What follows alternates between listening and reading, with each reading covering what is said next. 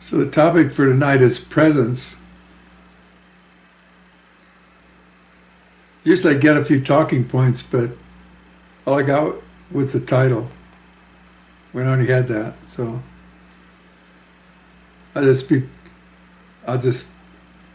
so presence is different than being present.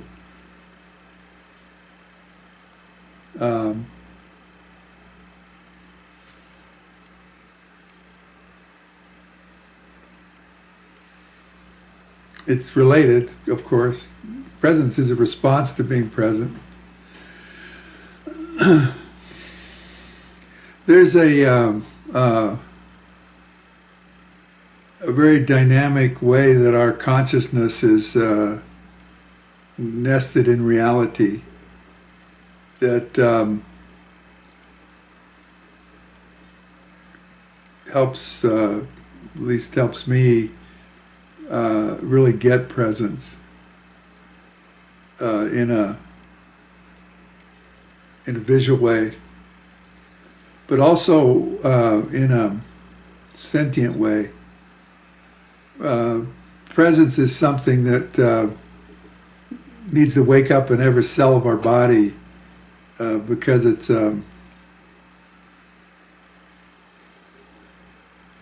overshadowing, it's an anchoring. And so it's something that we step into with our alignment, our capacity to be grounded, and our capacity to love ourselves forward in a way that we can reach up within us and have that connection. So as we practice, opening our hearts to the love that's the fabric of creation, and connecting up into the eternal love, it creates a zone in which presence can unfold. And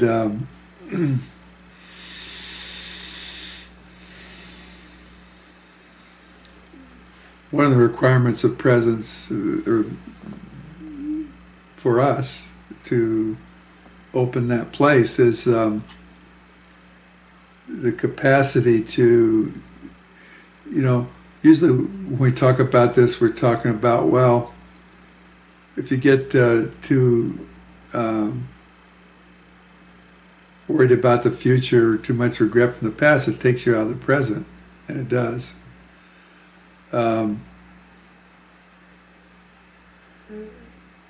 And that's something you're trying not to do, like just be present with what is. And that's a helpful dynamic. One of the ways you can strengthen this, though, is when you have in a worry about the future, that's a negative attitude towards the future.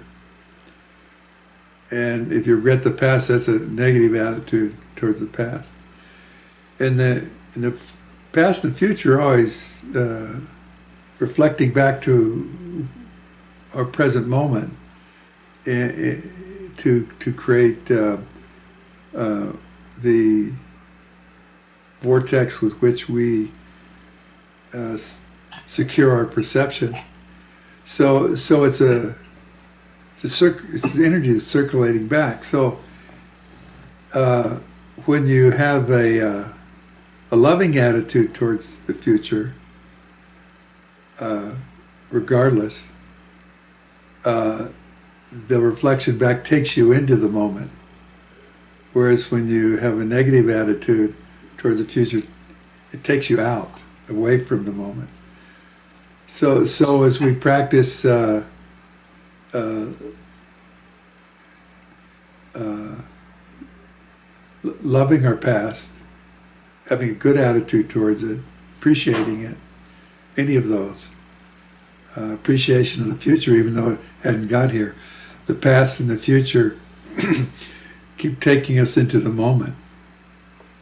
So it's really this dynamic capacity to hold to our loving that keeps us present, and it's through that that presence can find its place.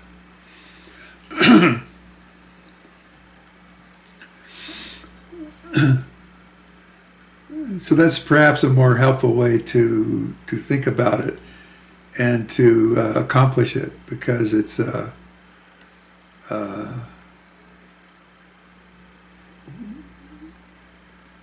we can manage to do that.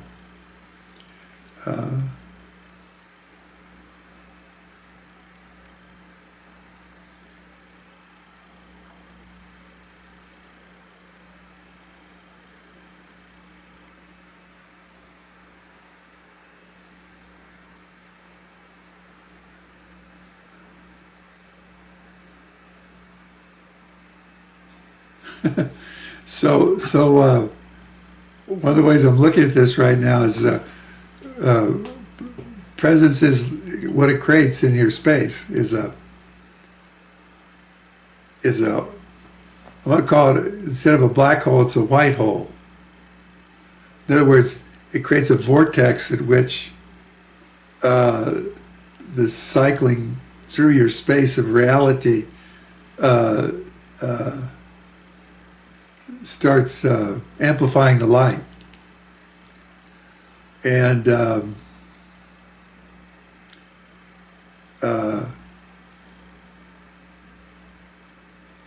transforming the negativity into positive energy. So it's a recycling.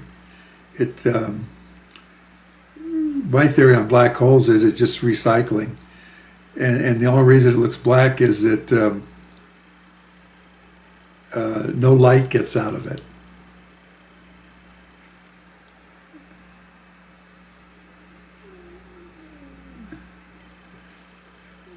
Now, I don't know where that's coming from, but what that presents us with in looking at it that way is that we join in a dynamic in the universe where the places in the creation that are pulling in the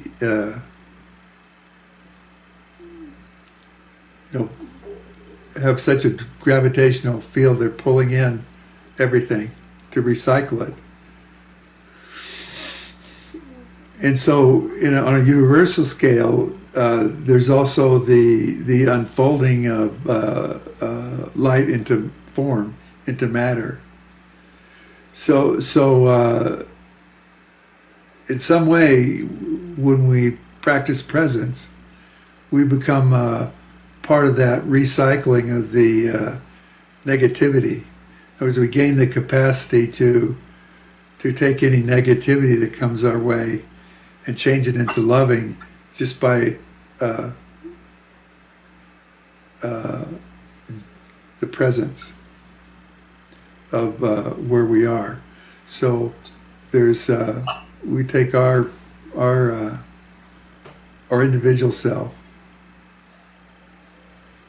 and make ourselves available to that, invite. It's not a willing the presence, but it's a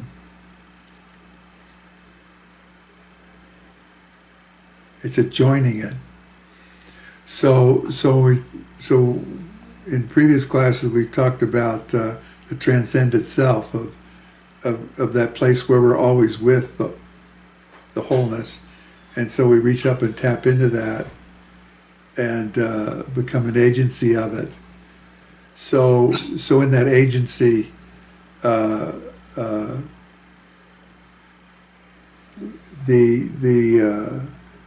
energy comes in and overshadows us, making us that same vortex on Earth.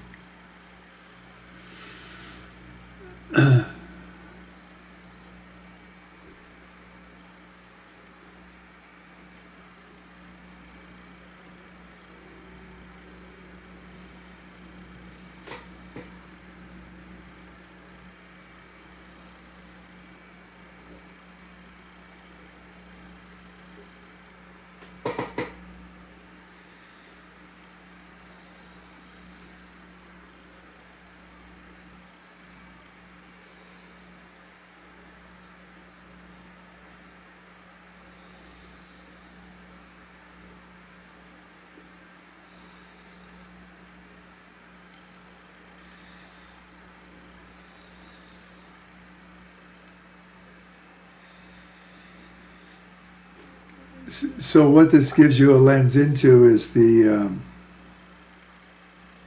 can actually watch the light return, like reflect off the mirror and come back to you, but also it's a perception of you can see the events unfolding.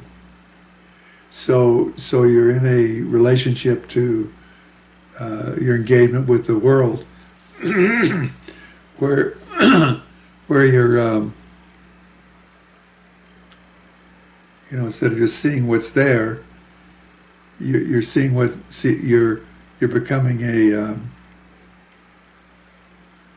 agency of what's unfolding. And so it's a form of perception. So by doing that, you're seeing everything that's unfolding. There's it's an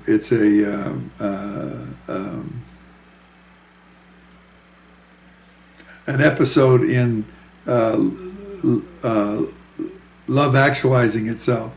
So any event or any negativity is its deepest essence is love trying to actualize itself, but it's been reversed in the process of evolution, so that it seems like a negative event.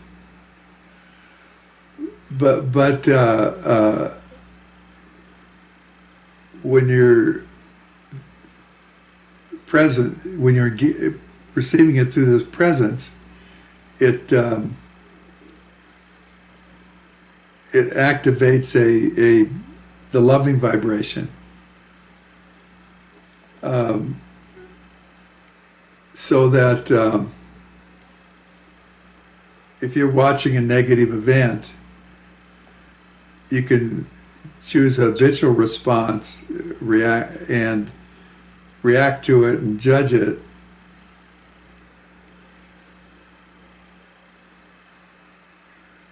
And you can also watch it come undone.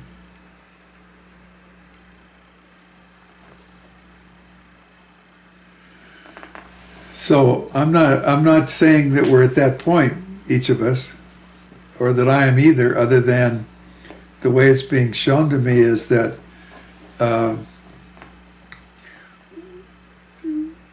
we can get so fond of this way of existing that we're not only a lighthouse in the midst of the storm, we're we morph the storm or transmute the storm. Not through us, but just it adds frequency. If you can imagine a dark cloud, and it just adds light in it.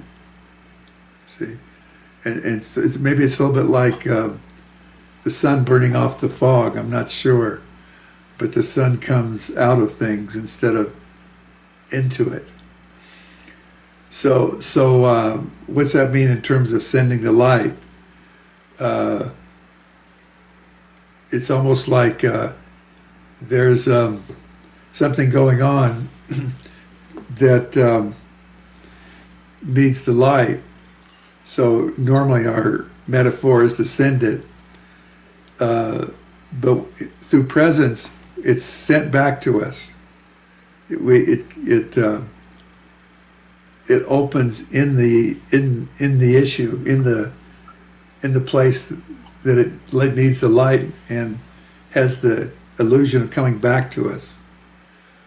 See, so you the thing instead of sending the light, you send the light back to yourself through the negativity.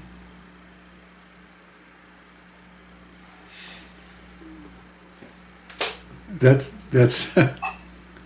that's kind of remarkable looking at that. So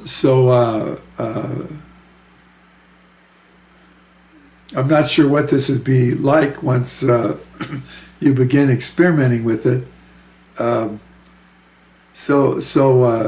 you know, somebody's up giving a speech, and it's a negative speech, and you're in the presence, and you say, "My gosh, he's sending the light to me," and your acknowledgement makes it so, and then you observe that and see what happens. Um, in some ways, maybe you've seen this happen in small ways where somebody's upset with you and they're have an attitude towards you and they're demonstrating that, and you just stay present and you're loving, and they shift. So we may have experienced it on that scale.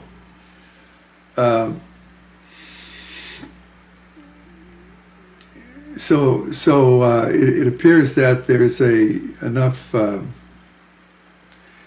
change in the vibration of the planet to expand that phenomena into a more far-reaching application.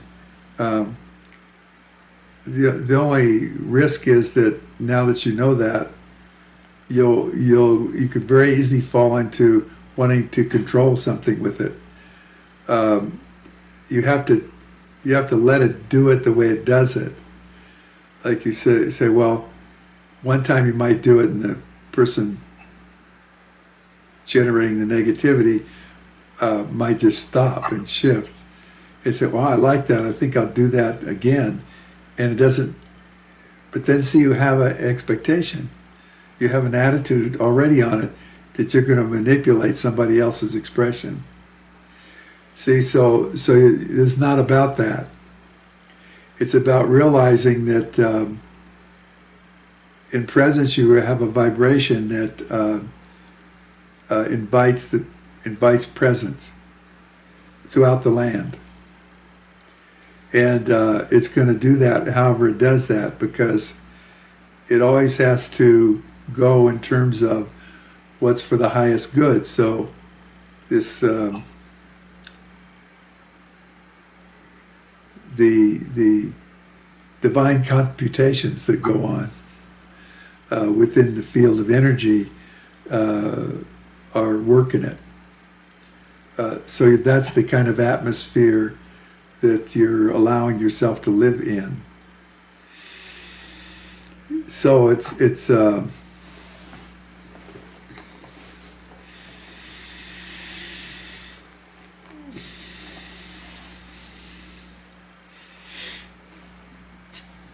having a little trouble describing it, because it's this is a choice you make on a level within yourself that's different than the choice about what to order, what dinner to order at a restaurant, or whether or not to react to someone or not. It's a different kind of choice. It's a different level of choice. So it's a realization that in the nurturing of this within you, I don't know if it's a good metaphor or not. They're experimenting with computers or based on yes or no, like 0 or 1. But they're developing a way to do it, have a tertiary thing, where it's 0 or 1 or both. So it's a capacity within us that as we engage the duality, the wholeness is present. So the resolution to the duality is already in the present with the duality. I guess that's a little bit like the blessings already are. I hadn't thought of it that way before.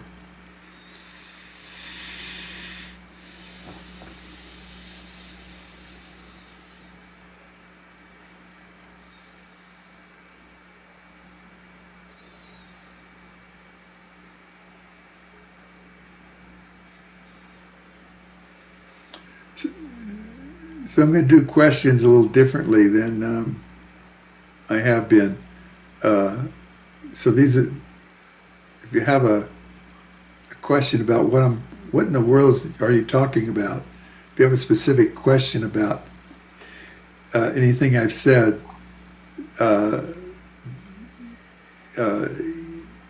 ask it. Yeah, Joan. So on this business of sending the light,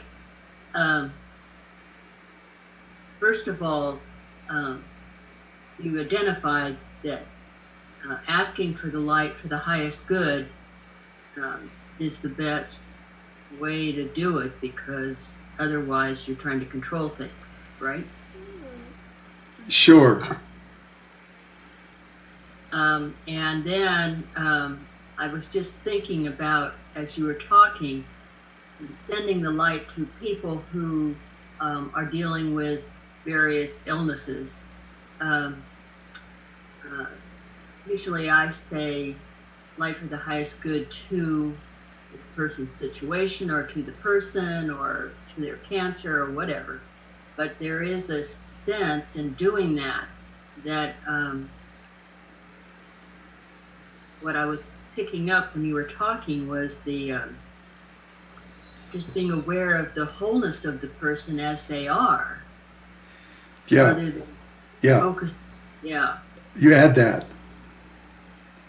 because there's a it's helping me see it a little more clearly. So the only thing can exist in the same place at the same time as souls. We can actually be in the same place as each other on the soul level. So there's this no distance. So there's when you do what you say, oh, go to the wholeness. See, and the more that can be a sentient experience for you, like a feeling. See, you're actually there's a vibration that starts the light coming out of their soul, regardless of where they parked it. Right. So yeah, it's all those things we've been doing with the realization that love is coming toward us from their essence.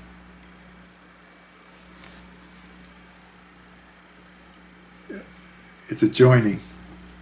It's a joining. Yeah, and in that there's a amplification that does what's needed.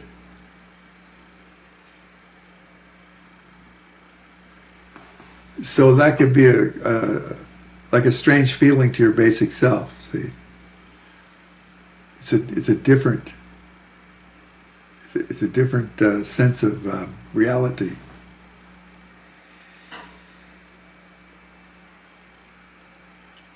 So anyway, I hear that in when you say include the wholeness. Yeah. Yes. So rather than envisioning that people without illness, shall we say, to just send it for however it's needed, and receive of the vibrational joining. So yeah, so in a way, I guess we could look at that. You're accepting their wholeness. See, everything comes out of the agenda of the person to fulfill the will of God, which is love having its way. See, so it brings emphasis on that process, which the disease is held in, which the disease exists in. So whatever their agenda is for the illness, right? It illuminates the purpose, the meaning, the resolution.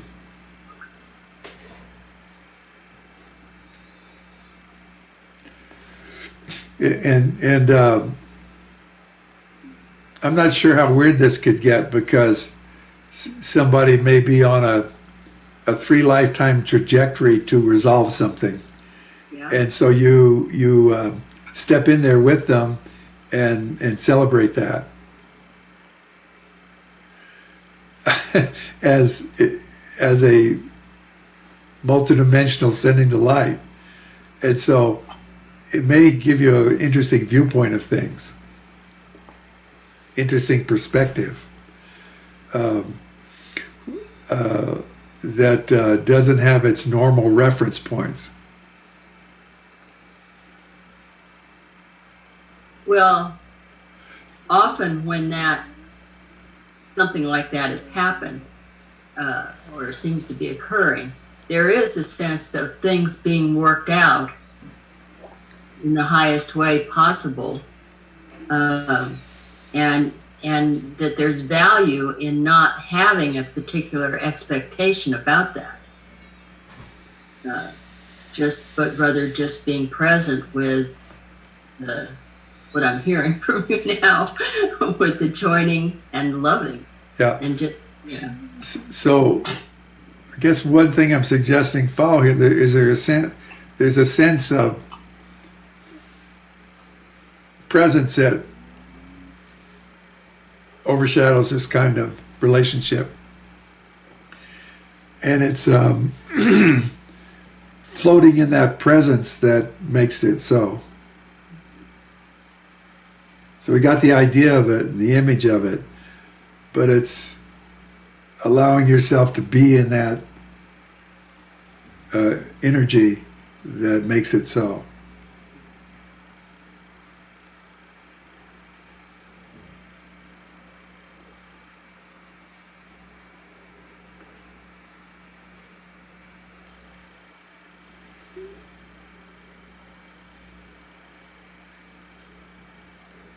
So in that you might have a sense of your mind just disappearing.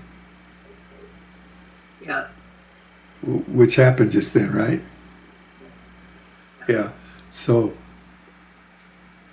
that's the invitation. Yeah. That's been happening more often lately. Yeah, you thought it was senility, but it's this presence thing. Right.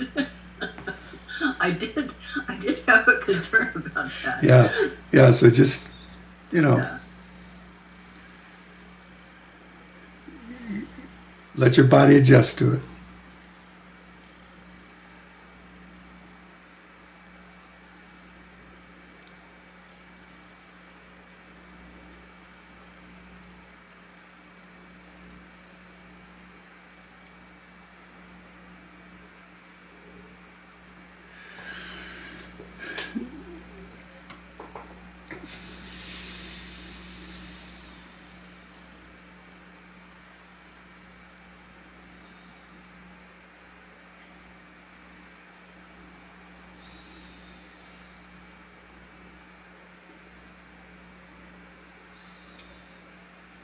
It's a very quiet place.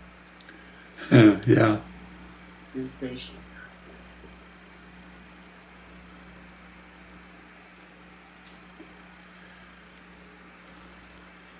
So there's a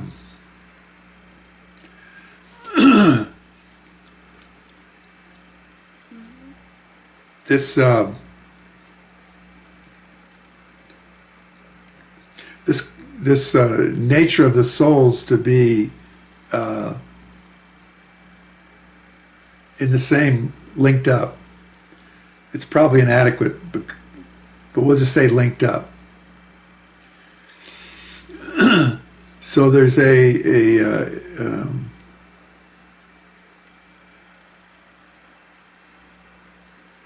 there's a mechanism already existent to bring presence through everything, through human consciousness.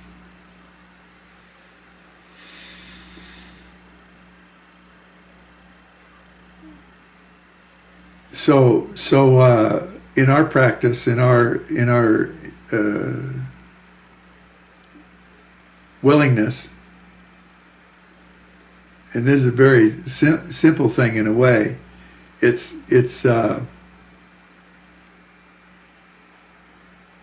once we get our eyes off the phenomena of what's occurring and get it onto how do I incubate this divine presence within myself in a way that I can move my existence into it.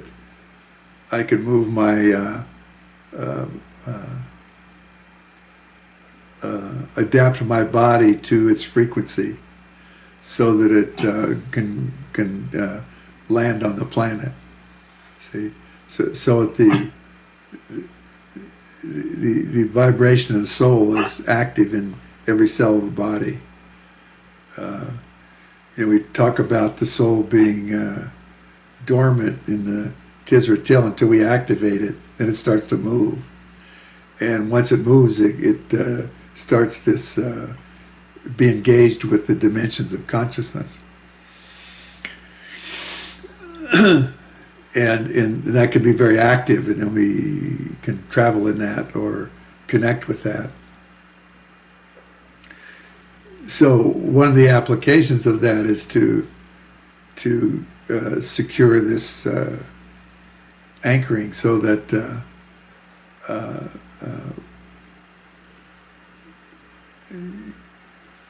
in a sense, when we suggested, well, call your soul forward into the present, or call your soul forward. That's an interesting statement. See, because it comes from. It's not like behind you this way. It's like another dimension in the implicate order. A dimension. It comes forward this way. See, because it's in some place. It's bigger on the inside than the outside.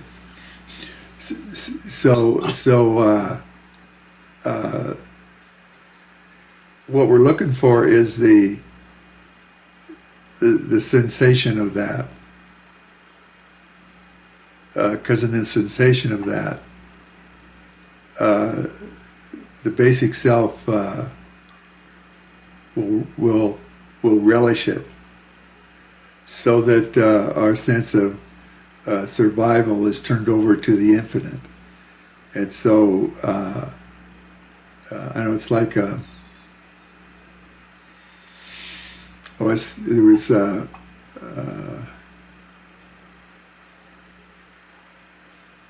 remember seeing a documentary on some kind of bird that when it, or is it a moth? Anyway, it's some kind of creature that when it sensed danger, it would flip its wings or something, and it would look like a monster. See, so it's like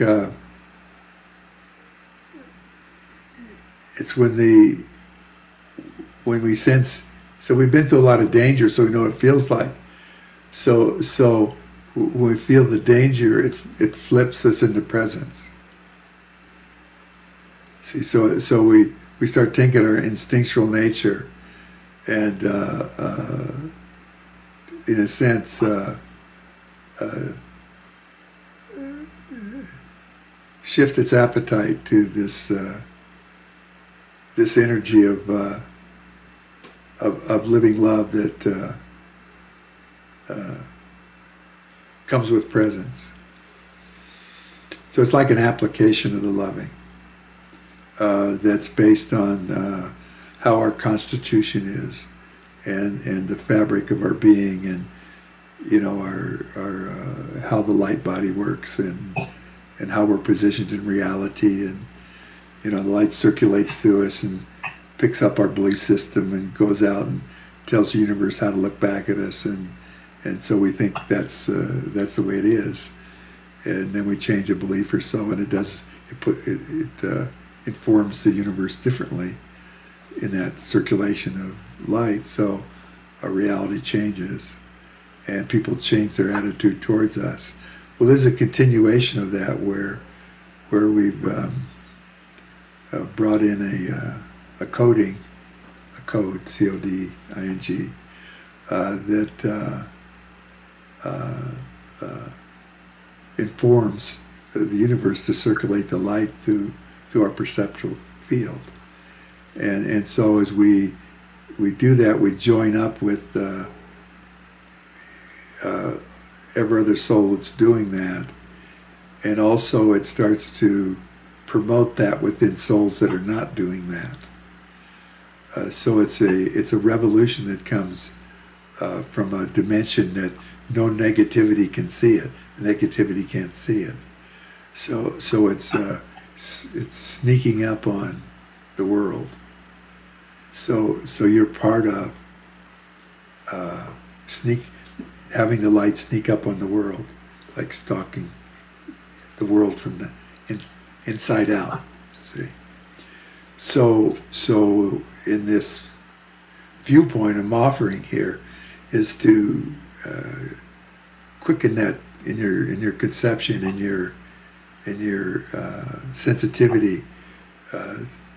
It's like, oh yeah, I've had that kind of experience, and so the practice is not to try to make it happen all the time.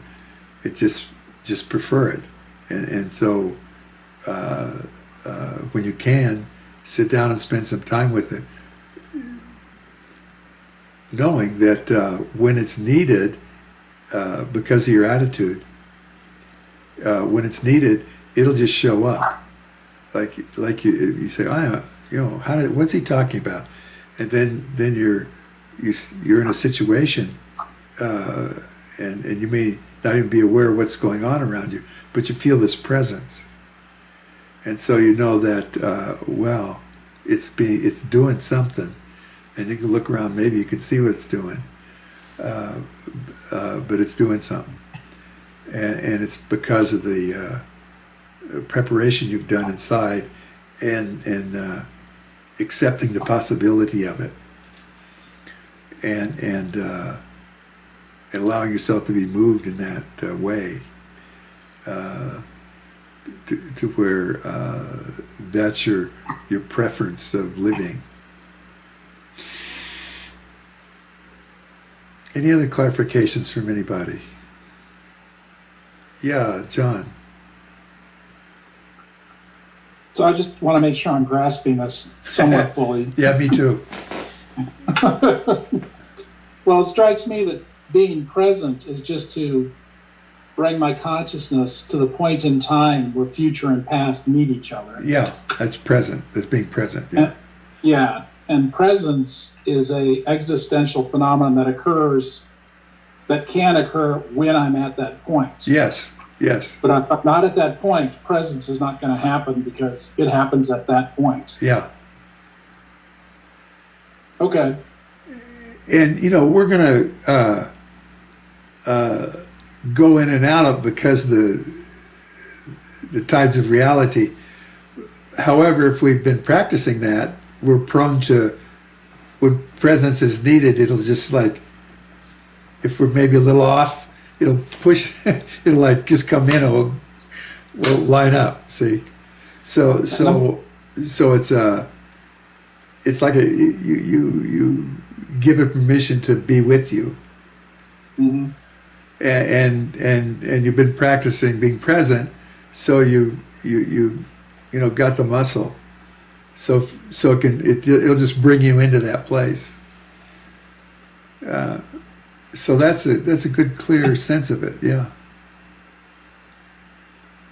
So the more time I spend being in the present, the more often I'll likely hit that existential state. Maybe.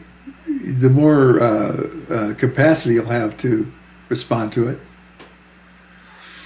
I know when I'm getting ready to do a class, everything's kind of flat in black and white, and then there'll be an energy just starts to come in and adjust me, and it's like that. See, so there's a presence that comes in when I'm doing a class, and that's what shares the aura. Mm-hmm. Well, this is not necessarily exceptional. It's just I've been doing it a long time, so it's a natural capacity for us. So in in our desire to serve and to share and to teach. It's an internal relationship that we nurture rather than what it's supposed to look like out here. Now, that doesn't mean we don't do things to promote our service or practice a service or gain some techniques. Doesn't mean we don't do that, because that's the kind of thing that gets turned over to the presence. But it's just skill building. But this capacity for this presence to open is something that has to be a lover inside, and a preference, and a place that a hearth fire we go sit in front of. It's a conscious thing. Mm-hmm. And so the more we do that, so we have our spiritual practices, and so people use spiritual practices for different things. Like, I want to get insight into a problem. I want to connect with the light. That's a good one. But we can have in that I want to encourage this closeness to God in my heart, so that God and I are in the same place in my heart, and God and I are the same place in my mind. See, and I'm in that. That's the center of my vortex, is God and I. See, it's an attitude towards that and a preference, and then in that, there's a willingness. There's the light will help you sort your ego stuff out and put it in the right place. There's nothing to destroy or fix. It just needs to get in the right department in the right place. Well, that attitude inwardly will facilitate that. So you have to just show up and watch it. So that's our preparation. And then we're ready for whenever the presence is needed.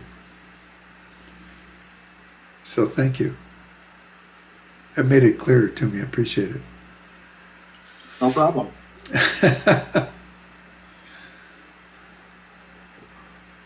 Yeah, Denise?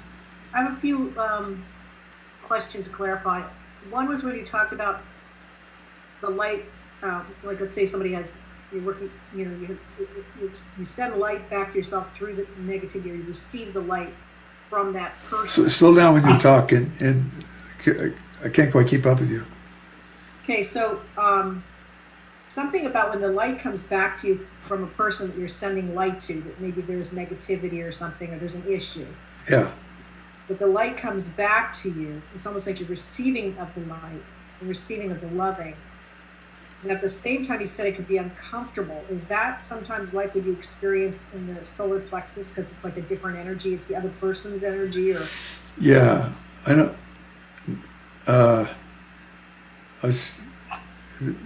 That could be. The way I was talking about uncomfortable is it may wonk your perception.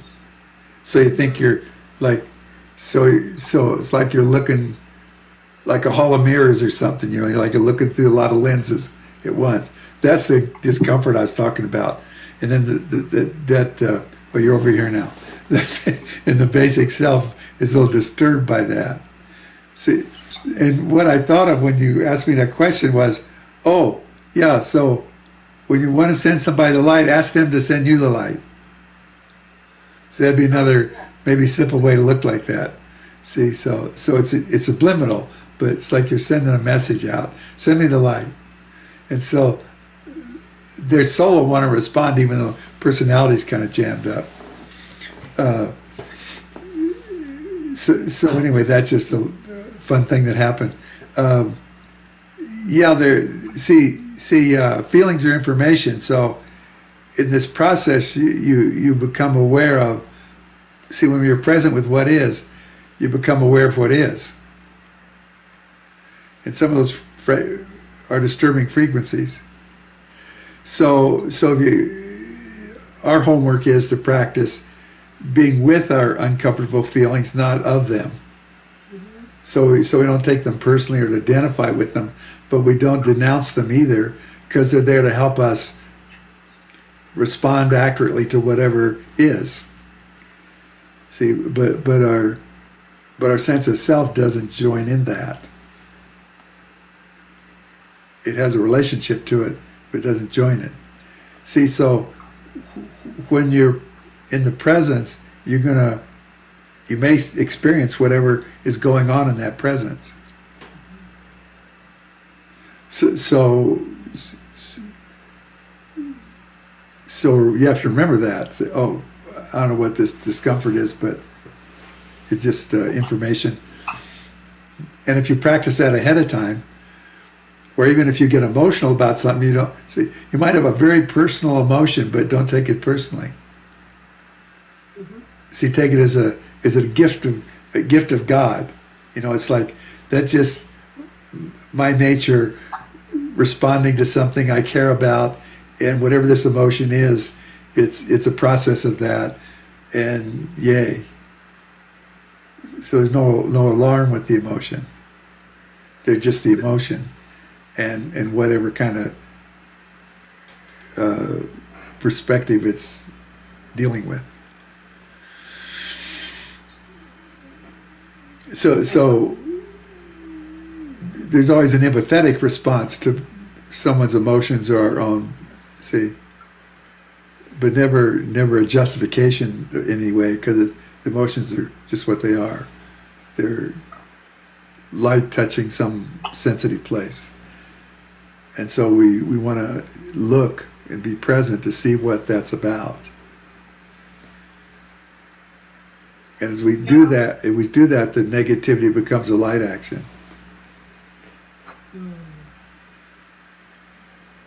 I was seeing also maybe even like reframing of it, because when you were first saying just when you send light, the presence is sent back to us.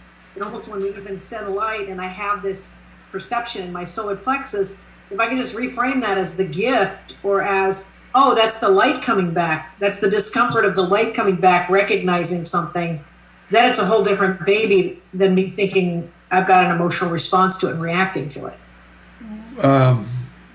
Okay. You can go a little more fine-tuning with that.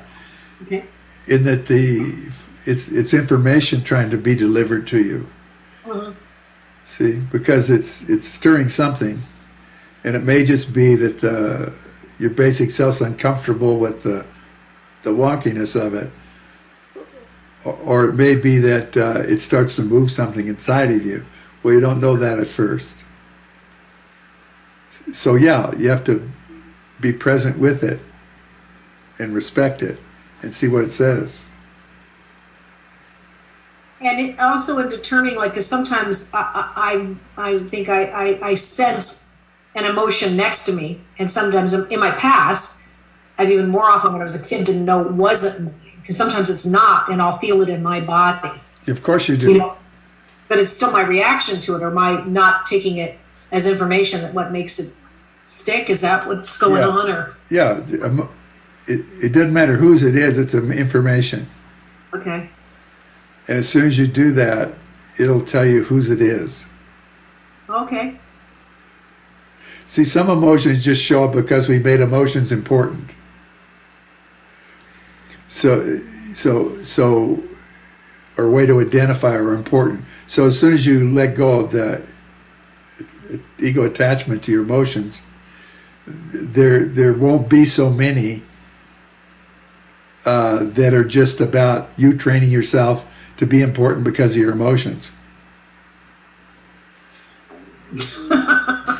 See, so it starts filtering those things out, and also creates our capacity to serve in this presence. Mm-hmm. And there See, was another part. so we're just taking each thing we've learned and putting a slightly different perspective on it.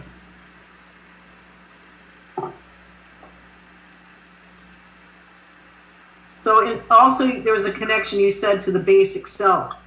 It's like, I just covered that. okay. Okay.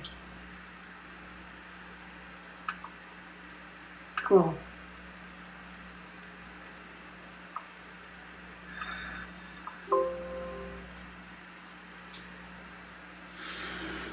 Thank you. Yeah, thank you.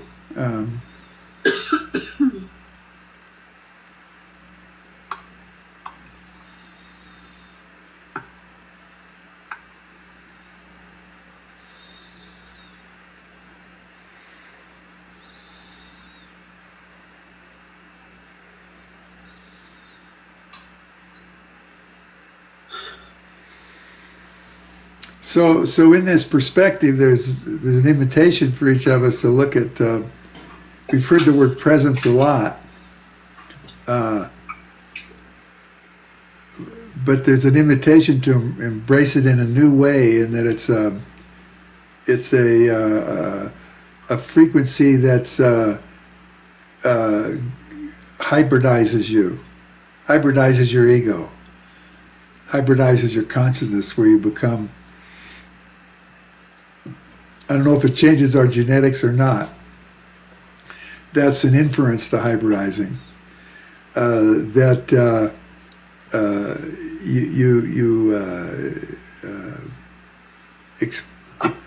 Expand your capacity of beingness.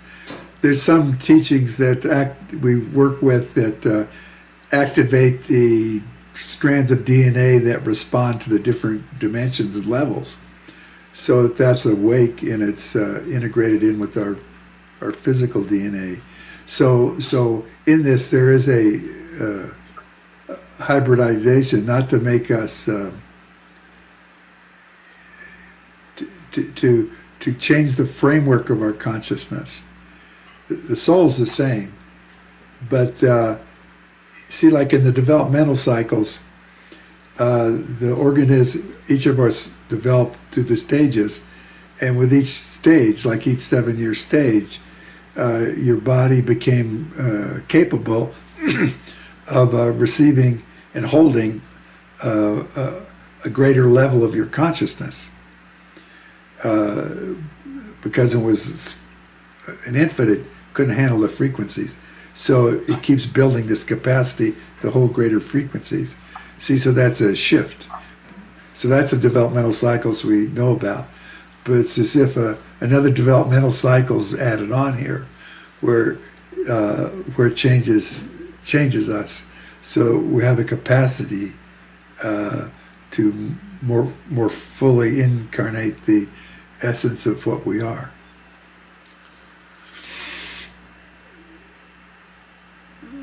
Yeah, Helen.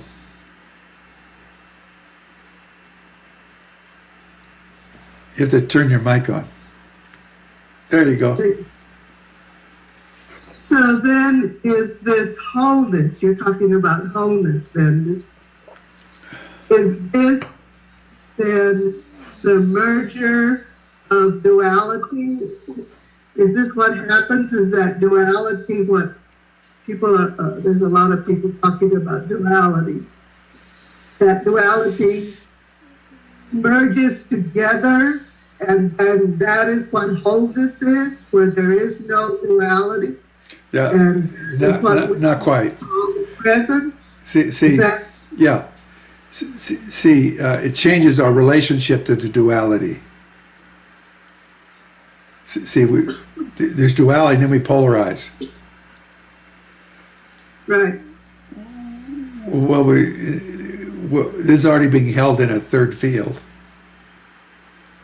See, so whatever the purpose of the duality or the purpose of the polarization is also present.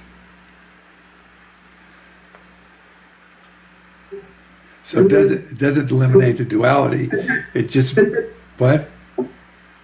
And that's what we call wholeness then, when we can hold that No. When it can hold us. Oh, okay. Okay, I get it. See, feel your mind just collapse? Yes. Yeah. Yes, it did. Yeah. Wow. See, then we shift, then our consciousness shifts Wow.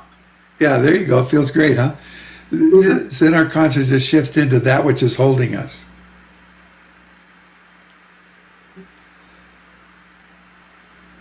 And then our genetic and molecular structure adjusts to that, so it becomes normal.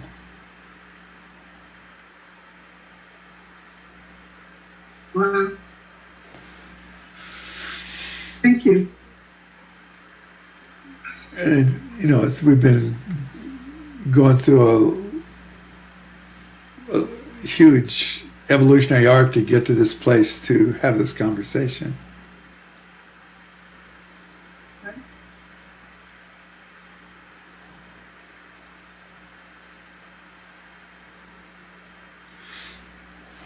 So let me just insert a meditation in this, and then we'll go from there, okay?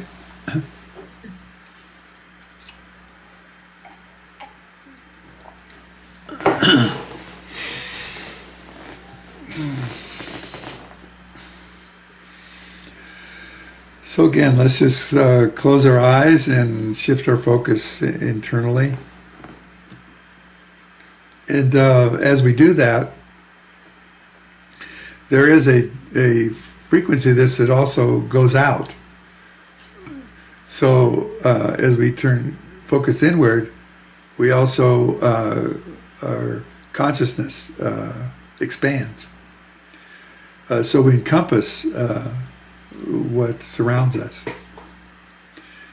in the energy of what's inward. So in that focusing inward, invite the awareness of the way consciousness circulates through this body. The ascending and descending energy through our center. The breathing in and out of the Taurus energy that goes out and reflects back through our heart. And begin to touch into the pulsation of this energy.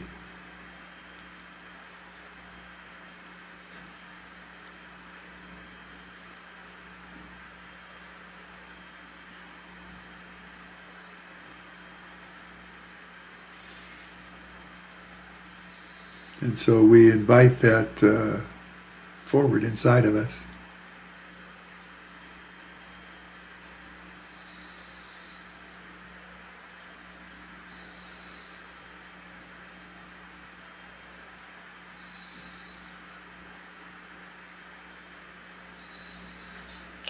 And just focus for a moment into the center of your head, into the Tisratil, into that place. Even though this has been open for you for some time, just put your attention there. And say that you've gone into that doorway many times, and you've opened 10 doors into the depth of your soul. And just imagine that there's another door.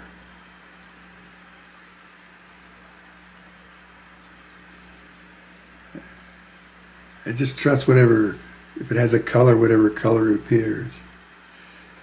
And as you hold that focus and be present at that doorway,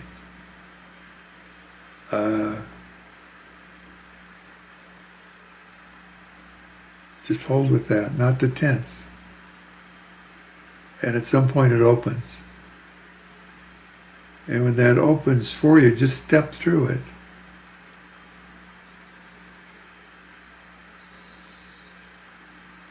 And into that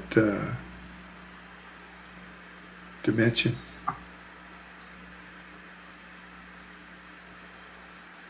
And then allow that dimension to flow, to move out through your central alignment and your sense of presence and your sense of the field of loving that you exist in.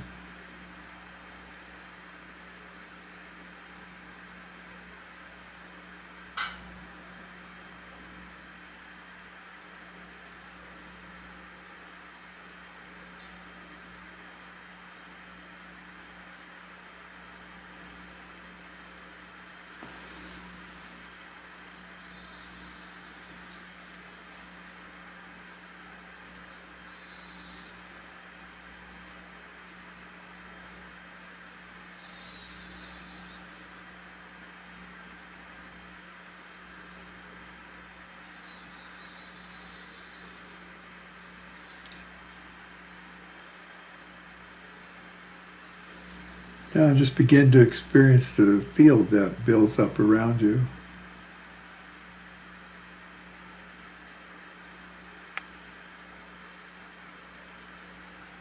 You may have a sense of a sound or a silence. But there's a subtle progression as the frequency changes.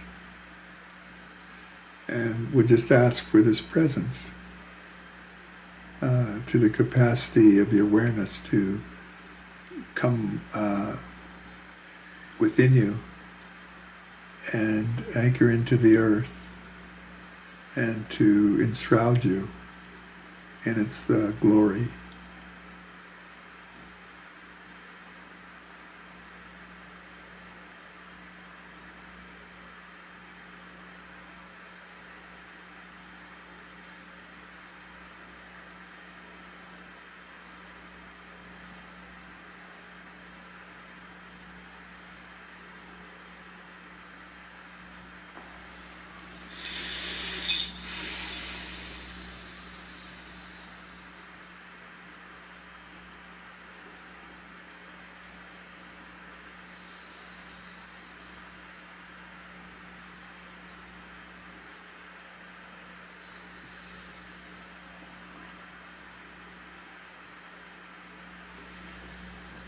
And then from this perspective, look out.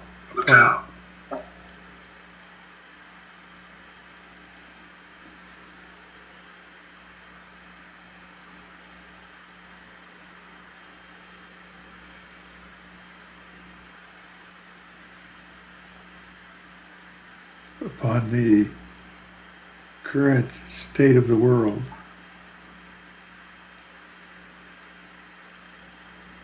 And look into the darkest places.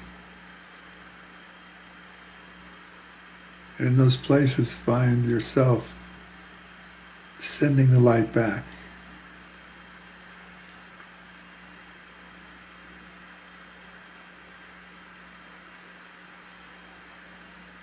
So you appear in all the dark places at the center of the darkness and become the light.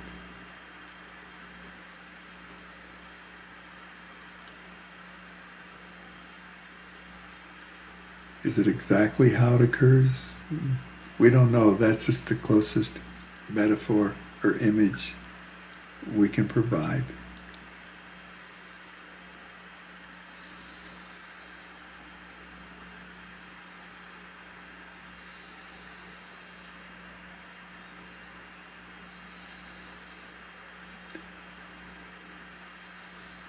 So you may see the dark clouds lightning. But you may see other things.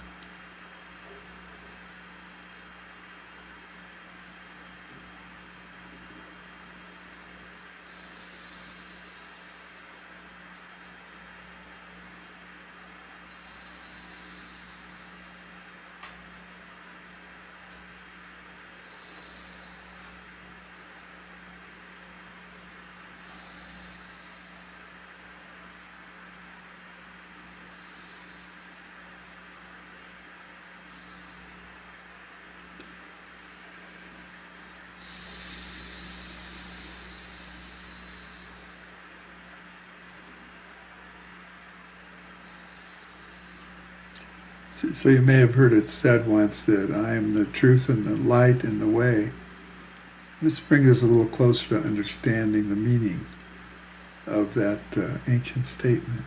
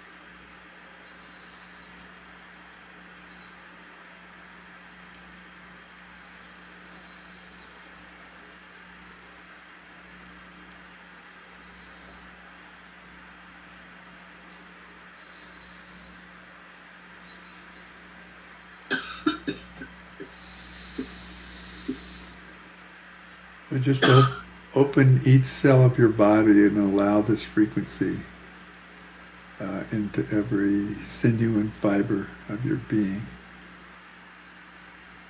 and your body.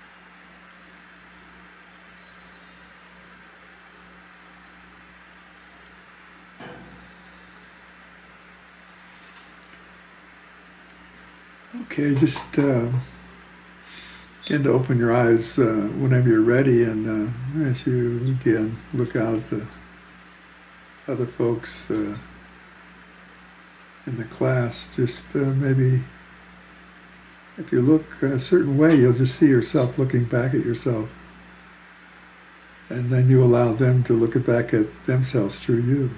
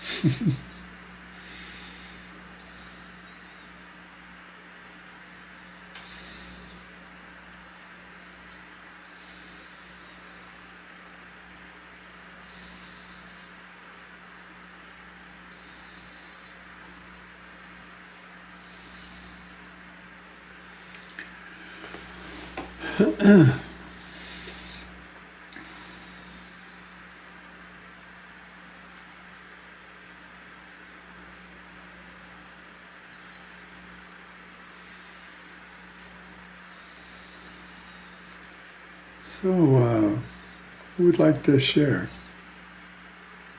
in some form?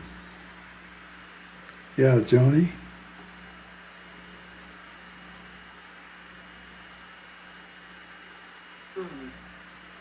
Okay, thank you for calling on me, Robert. You know, I woke up this morning with this question that's been with me, I think, my whole life, and I had the thought that, oh, I could share this with you tonight. And then I heard your topic, and I thought, yeah, that's really what it is, isn't it? It's just presence.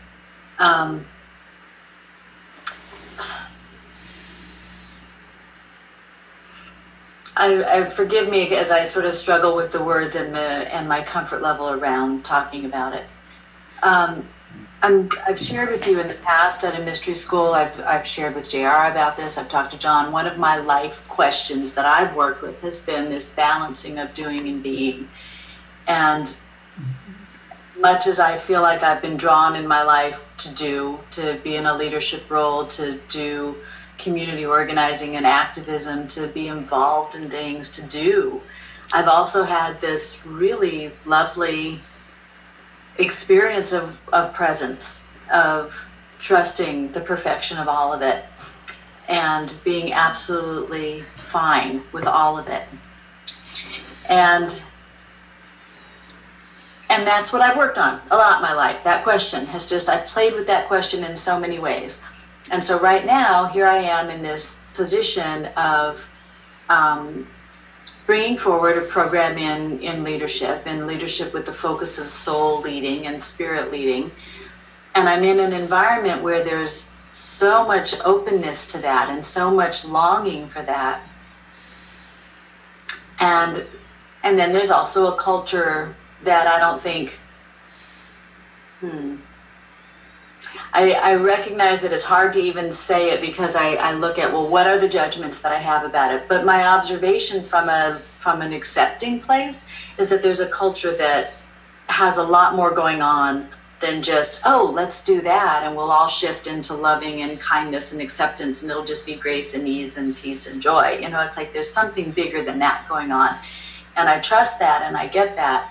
But I'm finding myself, again, struggling with this question of, am I supposed to be here supporting this energy that's coming forward around the wisdom of the soul in this community that's looking for that? Or did I do what I need to do and I can just go off and be happy in my beautiful little cabin in the woods? And, you know, I feel like almost every day I go back and forth between I should do something, I'm here to do something, I've been called, Spirit's called me to do something, and no, Spirit's got it, I don't need to do anything. And so I don't even know what my question is, except that thing just continues to dance. And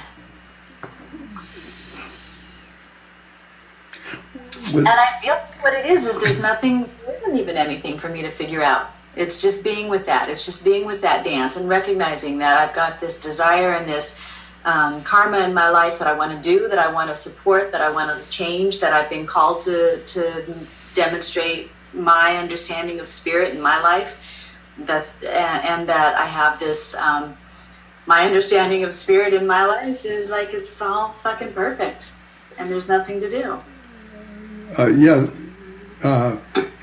It's our ego that wants to put those in conflict.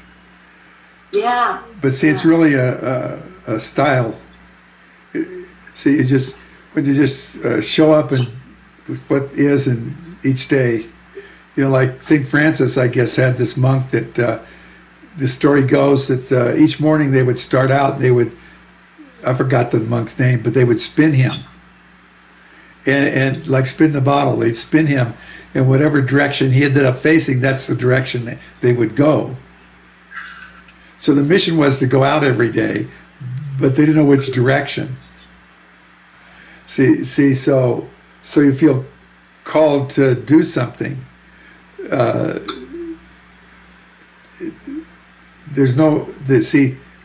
do you do something without obligation? See, so you're called to do something. Well, it's how you show up that's the difference. Is it to share your fullness or to make up for some lack? See, and it may be true that karmically you've done it all and you could do anything you want.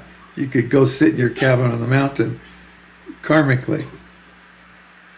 But here you are, you say, well, I'm here, I might as well see what else I can do. And not only that, I'll see if I can do it in a way where I don't make more karma. And of course, the key is to do it through the grace, to do it through the loving. So that that changes. I like to call it the contrast between practicality and what's existential. See, it's a practical issue. Like when you organize a program, you make out an agenda, you put people in different roles so they do the jobs. If people show up, you do the event. That takes organizing. See, so we have a full range of how we are in service to God or in service to the loving. The first one is just to be present. See, because and look and perceive, because there's something about the physics of this that requires a witness. And then there's other levels where these bodies are made, it's like to reach out and do stuff. See? So is that, what's that an instrument of? See? instrument to your aberrations or instrument of your loving. See, an instrument to control things because of your insufficiency you feel, or a way to bring about something. See, the thing is, you won't have any investment in it. See, so each thing you do, you just watch it and see if it needs tweaking or if it's going on its own okay.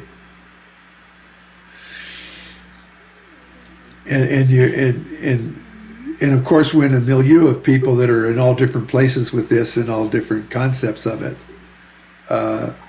See, we're set up in this reflective reality. So, in a sense, the negativity owns the stage. And so either play the negativity in a positive way or play it in the negative way. Because at the deepest level, the negativity looks like the light. See, it's a really incredible mirror. And it has consciousness to work it. So it's, how do we relate ourselves to that? See, does it make us rigid? See, does it make us into a zealot? See? Do we stand up to something to support our viewpoint of how we think we're in the light, or do we stand up for something because love pushes us into that? See, love says. See, Yeah. See, so I might. I'm an 8 on the Enneagram, so it's easy for me to kind of be present, loving, and when something's off, I'll just be a warrior. I'll smash it. But then I'm done. See, I have no investment in it then. See, that's just my temperament. So everybody's got a little different temperament. So you have to know your own style. But then as we evolve in this, we become all the styles. So, the story of Jesus chasing the money changers out of the temple, that's an important demonstration because that's what that one took. See, in other times, he didn't do that. He didn't judge and he allowed. So we always have to measure it to the loving and what's good for the whole. And if we've really opened our channels so that we can be informed by the highest good, we're a little better off. But if we crystallize, we just drop down a little in our frequency. So we're still going to be human with each other. And organizations are still designed to help people work their karma out. So you're presenting a program in an environment that was designed to help people work their karma out. Yeah. So that's just the way it is. And you've had a lot of experience with organizations where people are working their karma out. See, so what's the real thing you're doing there? Just helping people work their karma out. And this program is one way to do that because it invites people to look at something in a new way. See, what is, they're moving from a JR groupie to a transcendent leader. That really frightens some people. Yeah. And some people think they're already there, so they're stuck in that.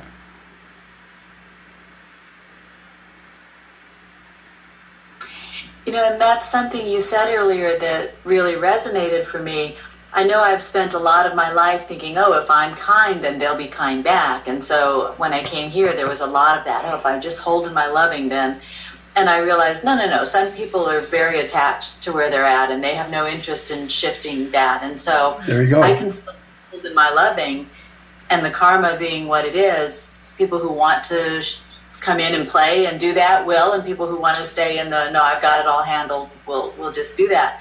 But there's some part of me that still struggles with being a part of an organization, being a part of a family, being a part of a community that says the words loving and kindness and caring and communication and trust and all these things that we care about.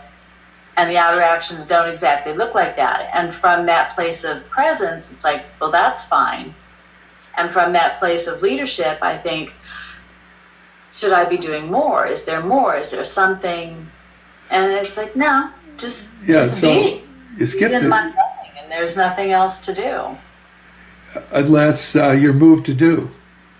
Yeah. See, so you might let it pass, and the next time you confront it, Yeah. or either challenge it, or maybe you ask a question that creates a cognitive dissonance for them. Yeah.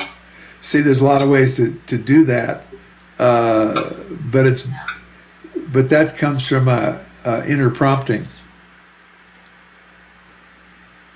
instead of a power struggle.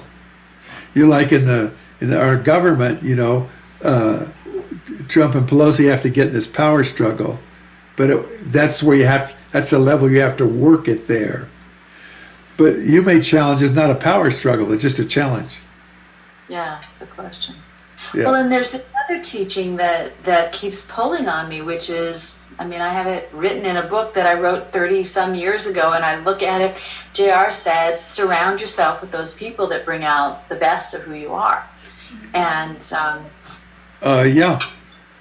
and so there's this part of me that goes, well, then that's in the woods in Prescott with my dog and Frankie. You know, it's like, why? You know, Well, yeah, but see, he didn't say how they do that. He didn't say how they bring the best out of you. What? Yeah. Maybe this is the best of who I am. I have the judgment that the best of who I am is when I'm completely happy and at peace and there's no conflict. Yeah, see, that's you're wrong planet. See, because a lot of the best of, in fact, usually the best of us gets pulled out in the greatest disasters as a people. Yeah. See, so see if somebody that's really in the light may do something outrageous that you know's off, and that's and you respond to it, but they just did that because you needed that, and then you respond, and then you're both over it. Yeah. Yeah. See, it's not at that level. See, when it's in a sense that JR quote is exactly what we talked about all evening. Except we're doing it from a basis that everybody surrounding us is bringing the best out of us. Yeah. Yeah. And we're bringing the best out of them.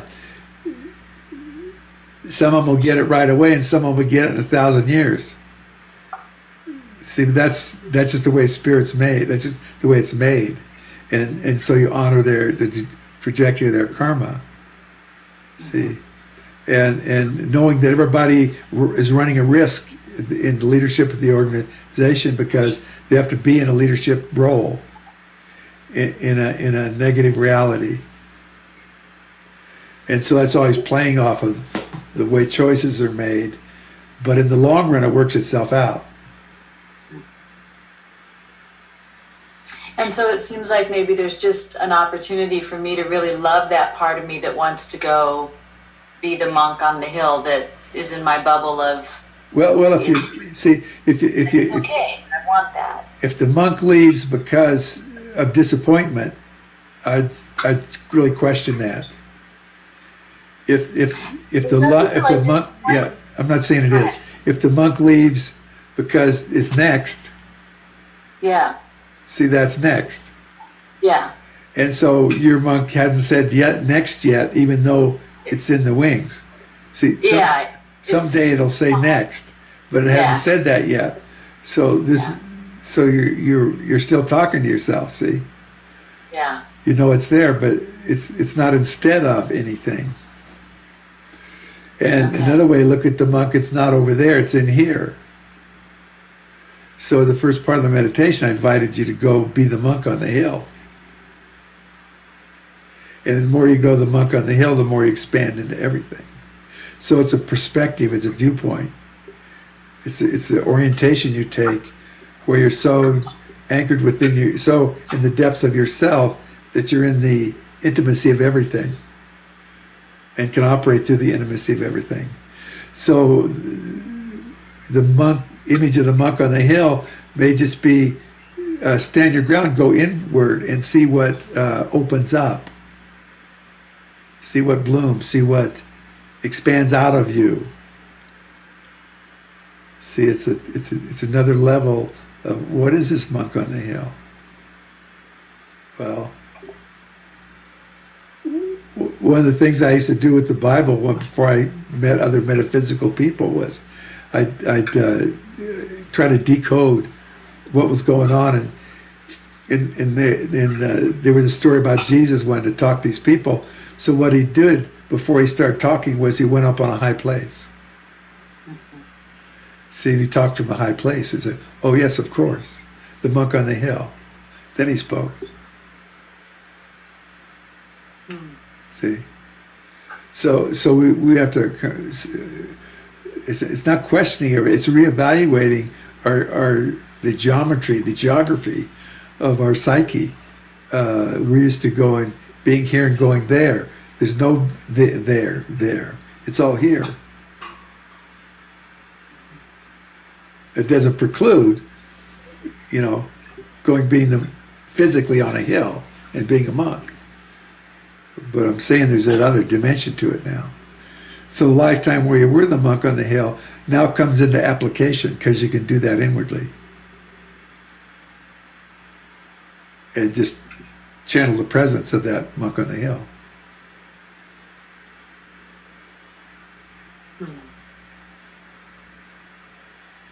Wow. Thank you. Yeah, wow. Wow.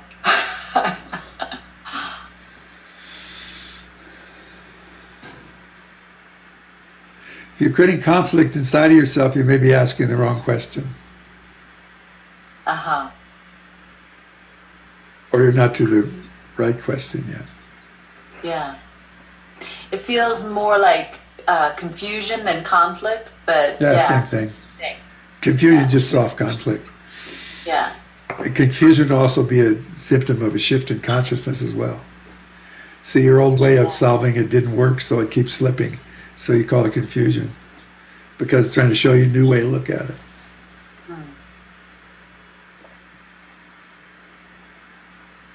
Yeah. Well, I think this helped me get one. Okay. Yeah. Thank you.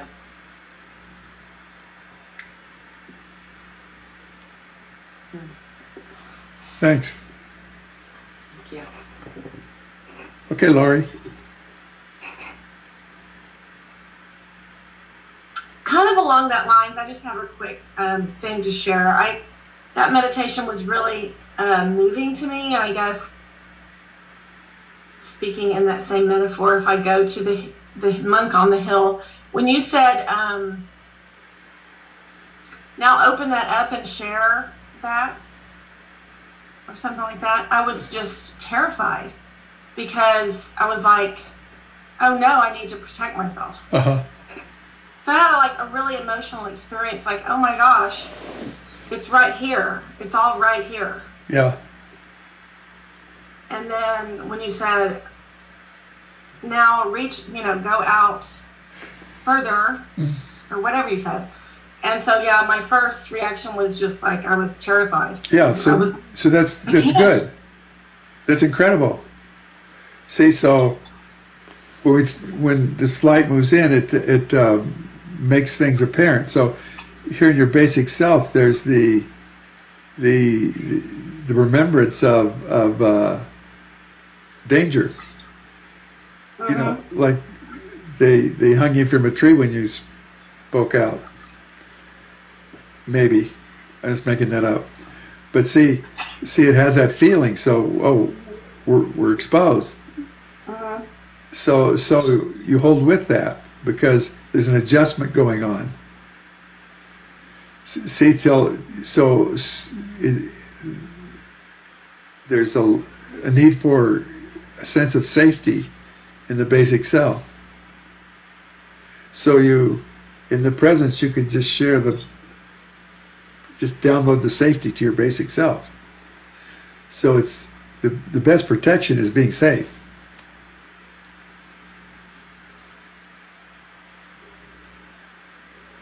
See, and that changes the equation between you and your interaction in the environment.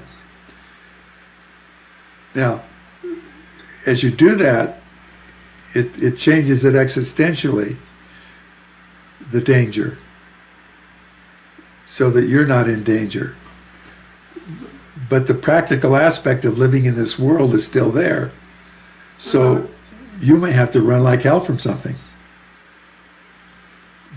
But that's something you encounter on the physical level, not something you encounter on the level of presence. Right, yeah. So don't confuse the two. Oh yeah, in my presence I'm this radiant light, and then I have to be vigilant in case I need to move my body around the corner. But that's a practical issue just to keep your body healthy.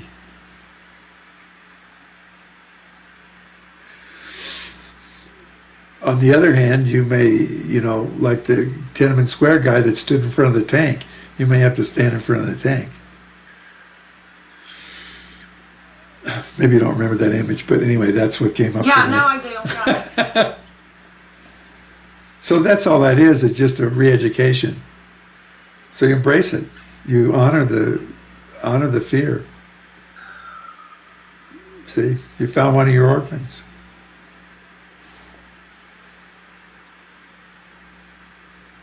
Yeah, I was not aware that I had that going on that level. Yeah, maybe you haven't brought that stronger presence in either, and realized that you had the light going on that level either.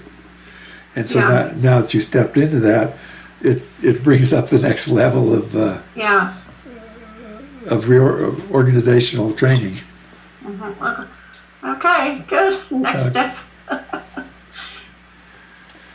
Okay, anything else? We're kind of getting close to the end here and more, and it's been a great evening.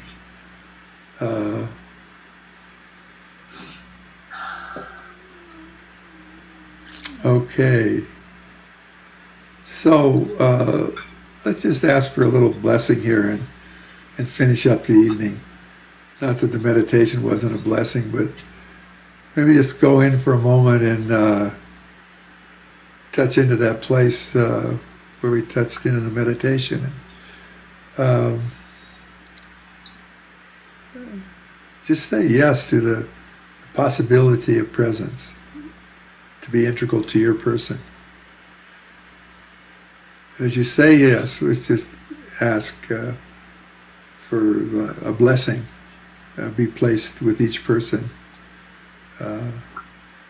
So this divine presence resides consciously in the heart of each of us.